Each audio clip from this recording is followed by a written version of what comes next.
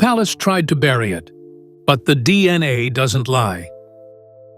After decades of whispers, secret photos, and a daughter raised in silence, Buckingham Palace has finally confirmed the truth, and it changes everything. Prince Andrew's hidden past has exploded into public view, leaving the royal family scrambling to contain the fallout. Stay right here, because what you're about to hear will rewrite royal history forever. The Palace Letter That Changed Everything. It began on a cold Monday morning at 8:42 a.m., March 11, 2025, when a single envelope arrived at Buckingham Palace. No royal crest, no sender, no warning. Just thick ivory paper sealed with dark wax.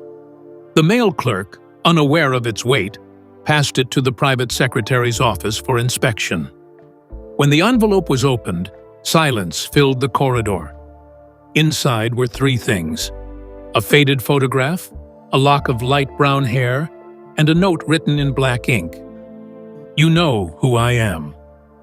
DNA will prove it." By 9 a.m., the item had reached the desk of Sir Edward Young, senior aide to King Charles III, who immediately ordered a Level 5 confidential briefing. The term Level 5 had not been used since 2022, during the crisis surrounding Prince Andrew's civil settlement. Palace officials gathered inside the East Wing Conference Room 4B, their faces pale, their voices low. The message was clear. This was no ordinary hoax. It carried a threat that reached straight into the bloodline. Within the hour, MI5 security advisors were consulted. Surveillance footage showed no record of the courier who delivered the envelope. At 10:17 a.m., the Queen's private secretary entered the room with a single statement. "We have a potential lineage claim involving the Duke of York." The words struck like thunder. The Duke of York, Prince Andrew, already disgraced by past controversies, now faced something far more permanent: a claim of blood.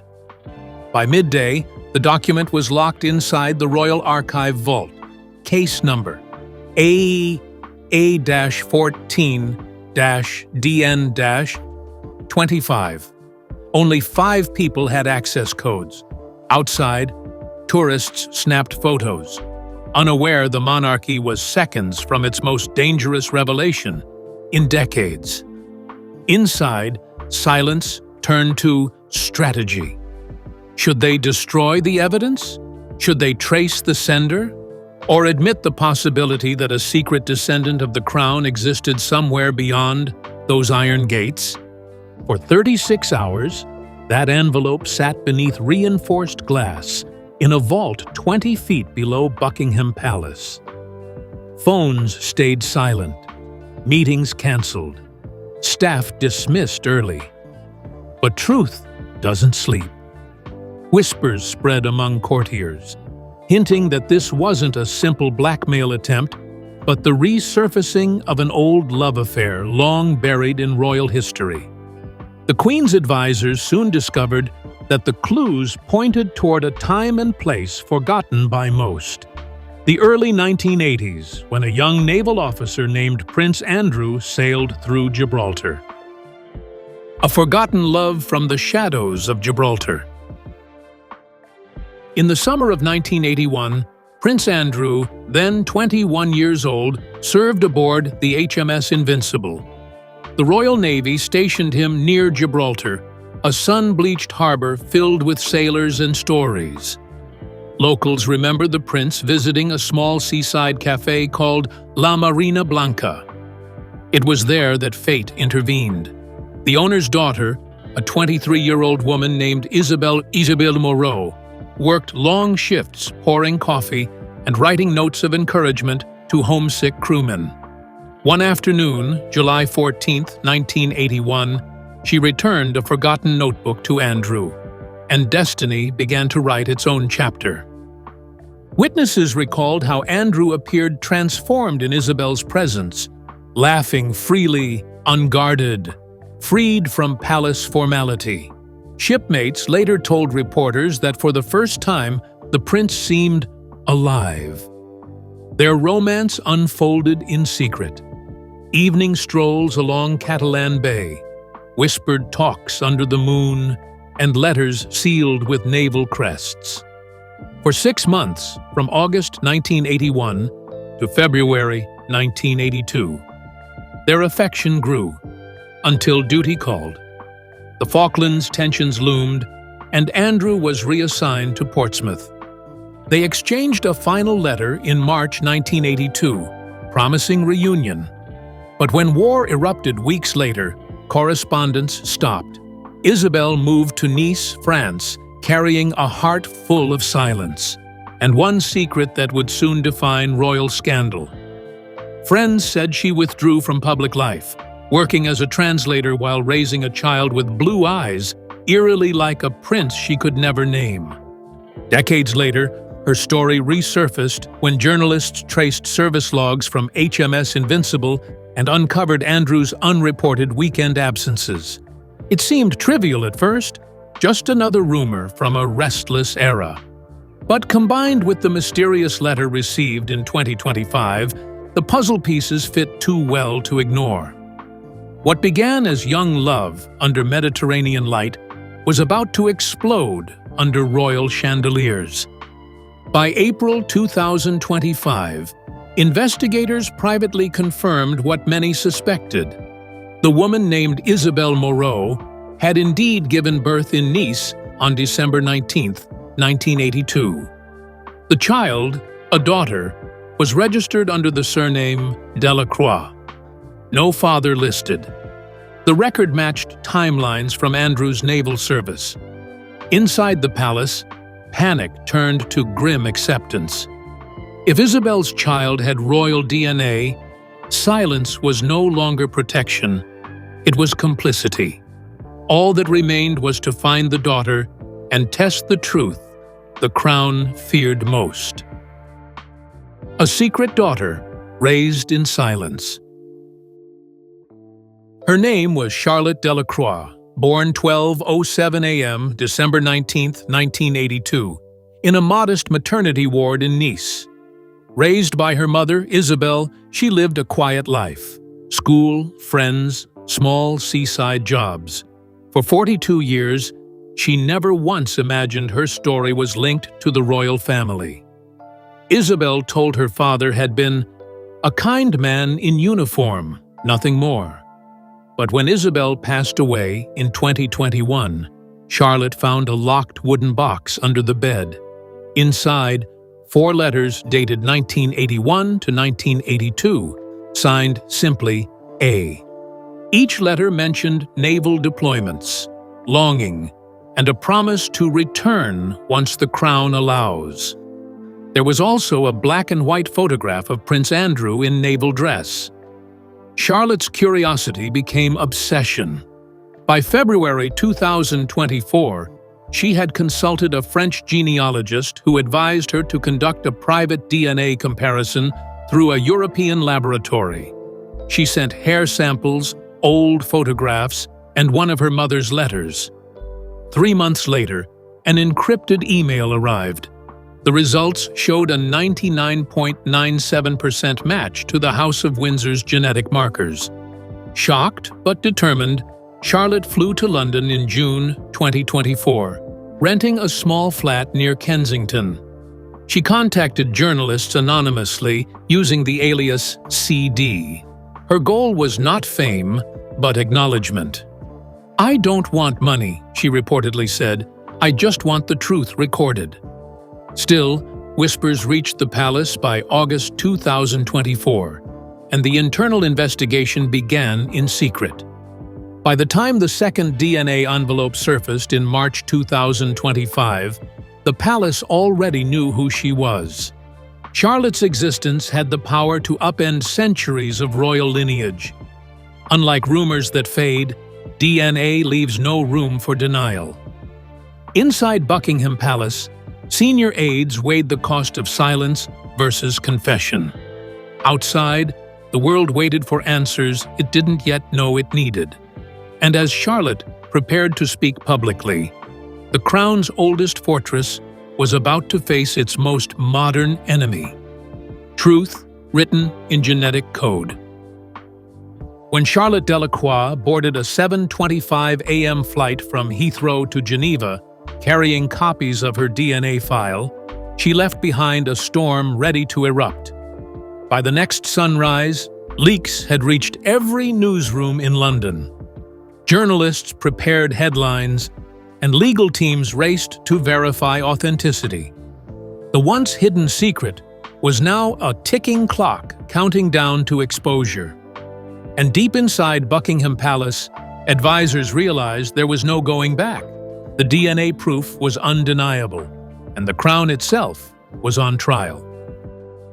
The DNA that shook the Crown. On April 6, 2025, 5 people met in room 312, deep within Buckingham Palace's East Wing. No phones, no press, no staff beyond the inner circle. Present were Prince Andrew, the palace's chief legal advisor, 2 royal medical consultants, and Dr. Elise Radcliffe, a senior geneticist from the Cavendish Institute in Oxford. In her hand was a sealed folder marked Confidential 100-376/Delacroix/Gen/Royal. Inside was the truth the Crown had feared for months. Dr. Radcliffe laid out the report. A 99.97% match between Prince Andrew's DNA and that of Charlotte Delacroix. The sample came from a verified source, logged and traced, untampered since its submission in February 2025. Andrew stared at the document. Witnesses said his hands trembled. He whispered, "There must be a mistake." But there was none. The results had been tested 3 times over 2 months in labs across France, Switzerland, and the UK. Each came back with the same number, 99.97. The legal advisor read aloud the implications. A biological child of a royal prince, born outside marriage, raised in silence, now with scientific proof. Royal tradition had no roadmap for this. Even during the 1936 abdication, scandal was emotional, not biological. This was different. The blood itself, the unchangeable inheritance, had been revealed. "This cannot be spun," one aide reportedly said. "DNA does not negotiate." Andrew stood, walked to the window, and stayed silent for over 10 minutes. By that evening, the Queen was briefed. She read the file alone in her private chambers. At 7:40 p.m., she summoned her top advisors. No shouting, no panic, just one instruction. Prepare for announcement protocol. For the first time in modern British history, a sitting monarch would acknowledge a previously unknown heir, not from scandalous rumor, but from scientific confirmation. And the monarchy would never be the same. By April 8th, the palace was in full crisis mode. Outside, everything appeared calm. Guards marched, tourists posed, the Union Jack waved. But inside, courtiers whispered and advisors shuffled between chambers. The phrase "royal blood confirmed" now echoed in the halls. Yet amidst this storm, the world had yet to hear from the woman at its center. Charlotte Delacroix, the hidden daughter of a prince, had just agreed to her first interview, and what she would say next would shake Buckingham Palace to its core. The hidden daughter speaks. On April 10, 2025, Charlotte Delacroix walked into the ITV London studio at exactly 9:15 a.m. She wore a navy blue blouse, no designer label, and a silver locket once owned by her mother, Isabel Moreau. Cameras rolled at 9:30 sharp. The room was quiet. No royal lawyers, no interruptions. Just Charlotte, a producer, and one softly spoken interviewer. For the next 42 minutes, the world watched a woman uncover a truth long buried beneath royal stone. She spoke calmly, each word landing like thunder. She described her childhood in Nice, her mother's quiet sadness, the unanswered questions. She recalled the moment in 2021 when she found 4 letters signed A, letters filled with longing, regret, and the signature she would later match to Prince Andrew. "I never thought I was chasing a crown," she said. "I was chasing my mother's truth." Her voice cracked slightly when she said, she died never knowing if anyone would believe her. Specialists in body language noted her restraint. No bitterness, no theatricality, just steady truth. She described the process of sending DNA to 3 countries, waiting 6 weeks, then getting the results on March 14, 2025. "I remember just staring at the screen," she said. "I wasn't happy. I wasn't angry. I just finally knew millions of viewers tuned in live." Within 20 minutes, hashtags like hashtag Charlotte Speaks, hashtag DNA Air, and hashtag Truth of the Crown were trending worldwide. The interviewer asked if she wanted a title, money, or a seat at royal events. Charlotte shook her head. "I want none of that," she said. "I want one thing, recognition. That my mother wasn't invisible. That I wasn't born of shame. Viewers, even skeptics, were moved." Across the UK, 1 in 4 households watched live. Parliament members commented. Even royal critics said, "For the first time, the palace is facing a mirror it can't control." The public had heard her voice. The proof was undeniable. Now all eyes turned to Buckingham Palace. Would they acknowledge her? Apologize? Or retreat into silence once more? But on the morning of April 12, 2025, at precisely 11 a.m., a royal guard approached the front gates and posted a single document, official, sealed, and headed with the royal crest. It was the palace's final answer to the world, and what it said would become the most historic confession in royal memory to the palace breaks its silence. At 3 p.m., April 12, 2025, Buckingham Palace held an emergency press briefing. Cameras rolled, microphones clicked, and thousands stood gathered outside the gates. A single spokesperson, Eleanor Marsh, Deputy Royal Communications Secretary, walked to the podium. Her hands did not shake. Her voice did not crack. But what she read would split the monarchy's past from its future forever. After extensive review and consultation with independent experts, she began, the royal household confirms the accuracy of the DNA findings. A biological link between His Royal Highness, Prince Andrew, and Charlotte Delacroix has been established beyond doubt. There was no spin, no soft language, just science. The Duke of York acknowledges the findings and expresses profound regret that the matter was not addressed sooner, she added. The royal family recognizes the pain caused by years of silence and extends formal recognition to Ms. Delacroix. The silence after that sentence lasted 12 full seconds, an eternity on live television. Then questions erupted. Cameras surged forward. Reporters shouted, "Will she receive a title? Is she in the line of succession? Did the Queen approve this?" But Eleanor Marsh had already stepped back. There would be no follow-ups. The monarchy had spoken, once clearly and permanently. Across the nation, reactions exploded. Some praised the palace's honesty. Others accused them of hiding the truth for over 40 years. Commentators compared the moment to Princess Diana's Panorama interview in 1995, calling it the second time truth has shaken the crown. In Parliament, debate began about what rights Charlotte should now have. On social media, over 11 million tweets poured in within 48 hours. The palace's oldest nightmare had finally walked into daylight. Inside Buckingham Palace, the Queen watched from her private study. Those closest to her said she closed the briefing file and whispered, "Then it is done." But nothing felt finished. The royal facade had cracked.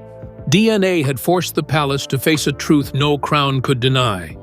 And Charlotte Delacroix, once unknown, once invisible, was now a name woven into royal history.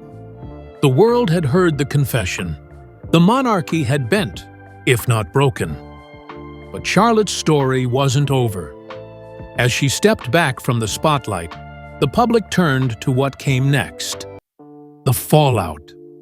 What reforms would the palace introduce? Would Prince Andrew face new scrutiny?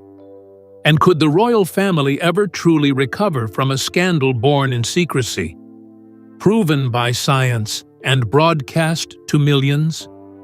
In the shadows of legacy and truth, the crown now stood exposed. A palace in panic. By April 13, 2025, Buckingham Palace no longer felt like a fortress. Behind the marble walls and golden emblems, panic had taken hold.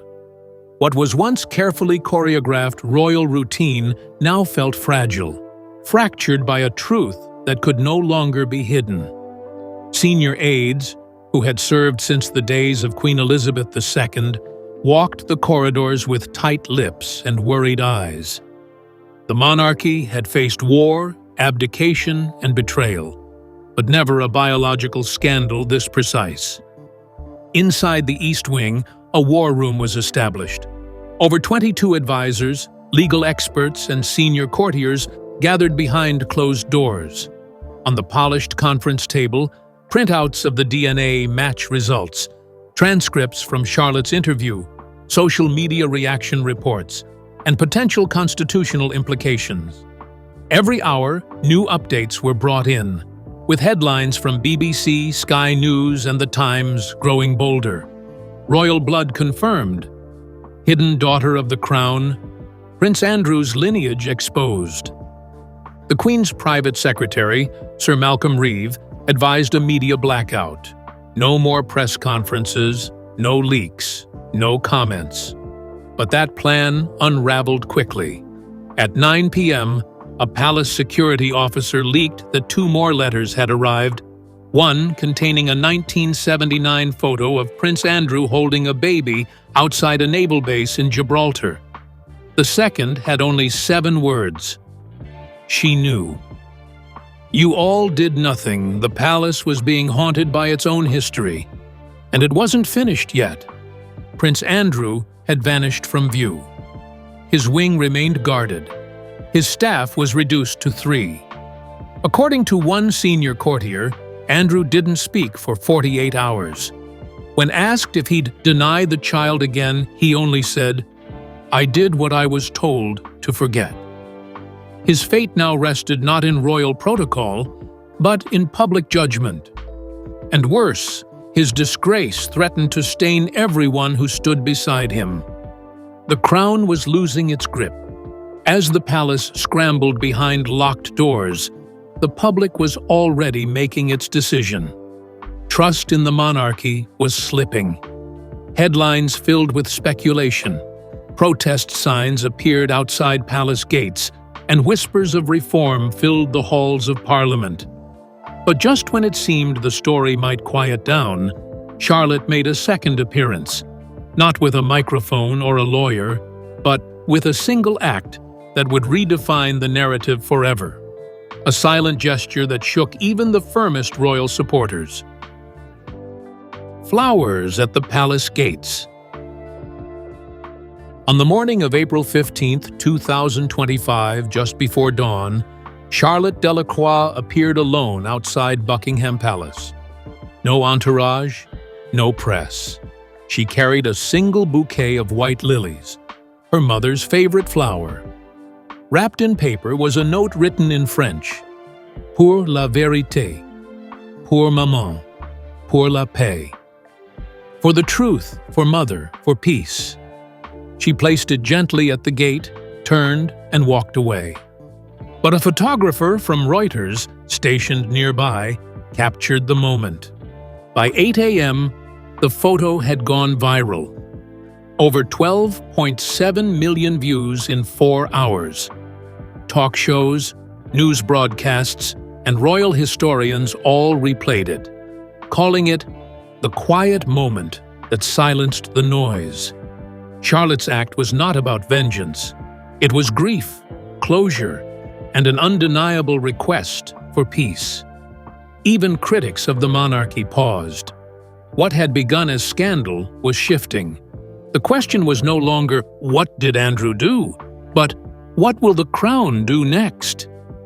Inside the palace, the Queen reportedly viewed the photo at 9:10 a.m.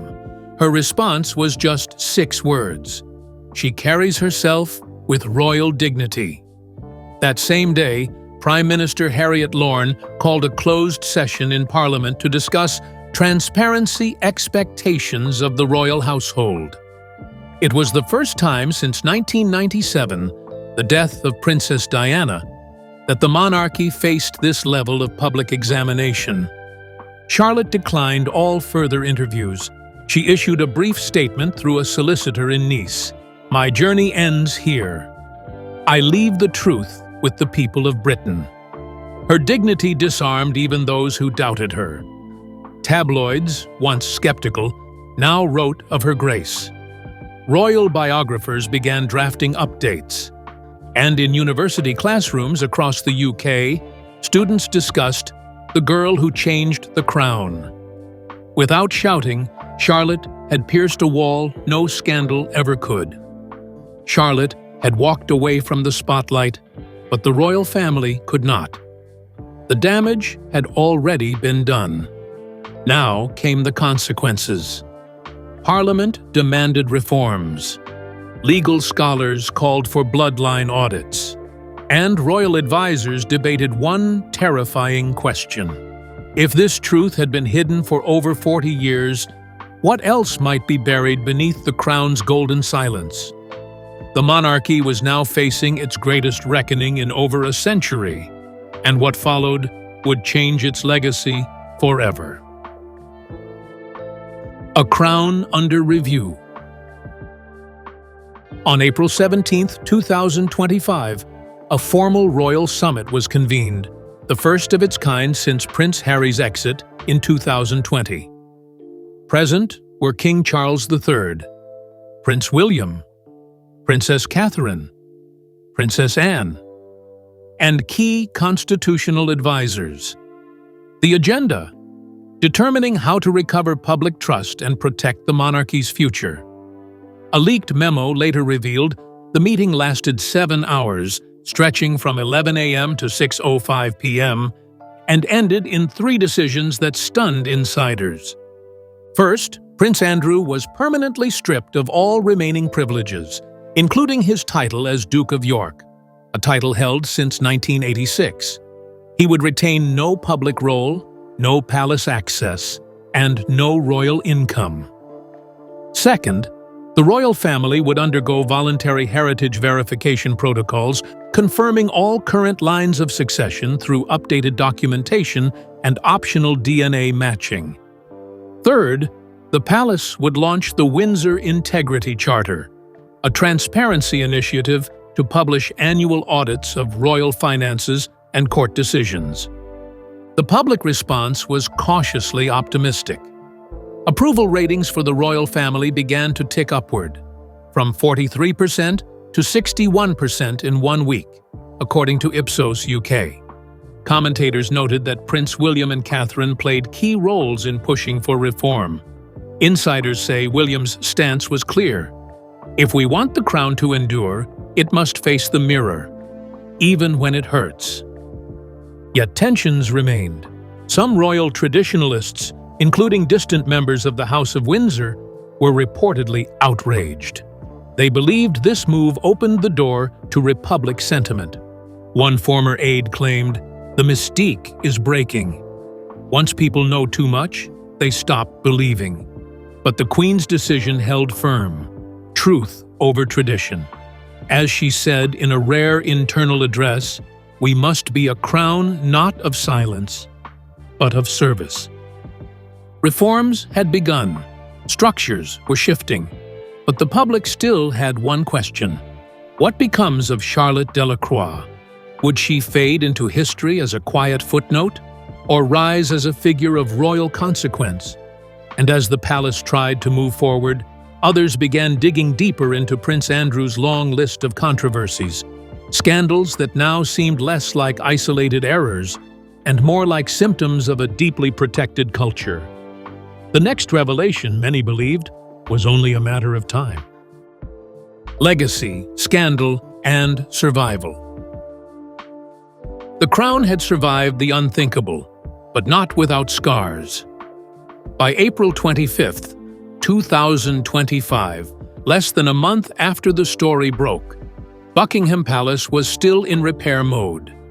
Fewer public appearances, tighter media control, and revised public relations playbooks. Internally, a new mantra was circulating. Survive the truth, shape the future.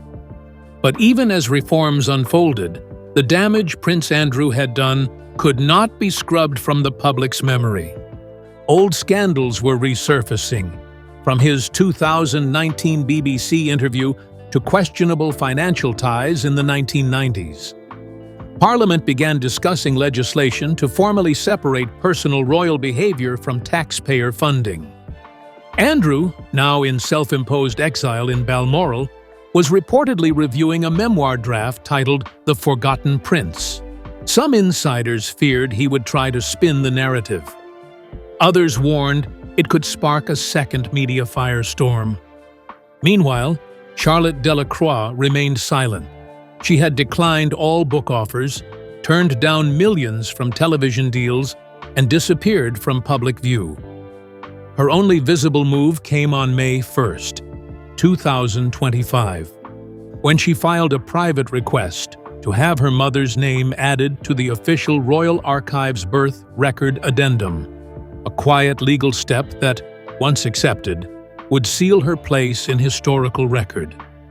A lineage once denied, now printed in gold-leaf parchment. The monarchy would endure, as it always had. But it would endure changed. No longer a symbol of untouchable elegance, it was now something else. Human, wounded, but responsive. And for many, that was enough. As Princess Catherine later remarked during a speech at St. Paul's Cathedral on May 12th, "We do not break when we are honest. We bend, we adjust, and we carry the weight with dignity. The weight of truth, the cost of silence, and the legacy of a daughter who refused to vanish." So now we know the truth, but what happens next? Can the monarchy survive a revelation this massive? Will Charlotte Delacroix be silenced or embraced? And as Prince Andrew retreats behind palace walls, one question remains.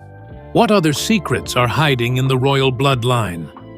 The crown may endure, but it will never be the same. Subscribe, because the next chapter is coming. And it's even more explosive than this one.